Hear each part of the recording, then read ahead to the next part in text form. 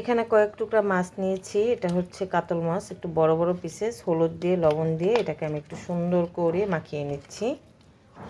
এটাকে আমি একটু হালকা ভাজা দেব। আমি মরিচ দিয়ে ভাজি, আজকে আবার একটু হলুদ দিয়ে ভাজলাম। তো আসসালামু আলাইকুম, কেমন আছেন সবাই? তো আমি আজকে এটা কী দিয়ে রান্না করি সেটি আপনাদের সঙ্গে শেয়ার করব। প্রতিদিনই তো কোনো না কোনো কিছু দিয়ে মাছ রান্না করি, একটু ভিন্ন স্বাদ আনার জন্য। তো দেখতে থাকুন ভিডিও, আশা রাখছি ভালো লাগবে।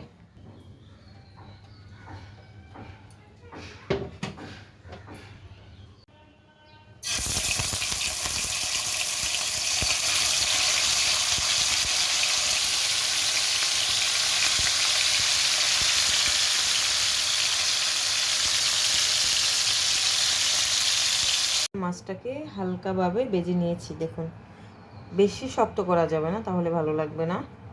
এরকম হালকা হালকা একটু ভাজা ভাজা করলে ফ্লেভার সুন্দর হয়। মাছ ভাজা তেলের মধ্যে আমি একটা মশলা বানিয়ে নিচ্ছি। পেঁয়াজ দিয়ে দিলাম, কাঁচামরিচ দিয়ে দিচ্ছি, কয়েকটা রসুন নেড়ে চেড়ে নিই। দিয়ে দিচ্ছি কয়েকটা জিরা আর তিল, একটু ভাজা ভাজা করে নিচ্ছি। মশলাটা আমি ব্লেন্ডারে ব্লেন্ড করে নিয়েছি। পাটায় পিষলে আরও বেশি স্বাদ হইতো, যাই হোক পাটা ঝামেলা মনে হচ্ছে। তেল দিয়ে দিলাম, এখানে দিয়ে দিলাম মশলাটা। এটাকে একদম তেলের মধ্যে দিয়ে ভালোভাবে ভালোভাবে কষিয়ে নিলাম। মশলাটাকে আমি ভালোভাবে ব্লেন্ডারে বিট করে নিয়েছি। এখন তেলের মধ্যে দিয়ে এটাকে আমি একদম সুন্দর করে কষিয়ে নিব আগে, তারপর হচ্ছে অন্য প্রসেসিংয়ে যাচ্ছি। সুন্দর মতন ভাজা ভাজা হয়ে গেছে। হলুদ গুঁড়া, মরিচের গুঁড়া, লবণ, তারপর হচ্ছে জিরা গুঁড়া, আস্ত জিরাও দিয়েছি। এটা দিয়ে আমি এটাকে আরেকটু কষিয়ে নিব। একটু পানি দিয়ে কষিয়ে নিচ্ছি।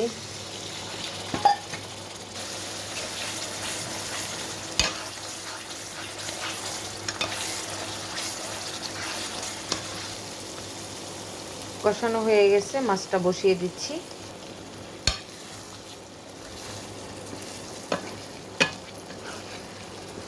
উল্টিয়ে পাল্টিয়ে দিই।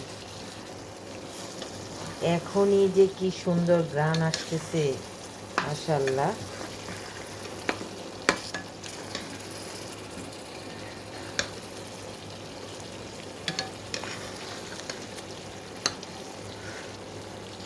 এখন দিয়ে দিব পানি।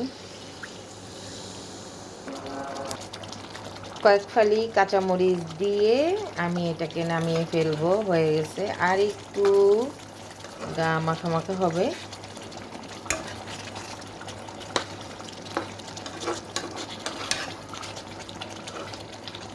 আমি একটা বাটিতে তুলে নেই। দেখুন কি পরিমাণ গ্রেভি হয়েছে, মাশাআল্লাহ। একটু বাসায় একটু প্রতিদিন পেঁয়াজ মরিচ বা পেঁয়াজ ভাজা ওইভাবে না খেয়ে সাধারণ একটু জিনিস দিয়ে একটু রান্না করে খেয়ে দেখেন কি ভালো লাগবে।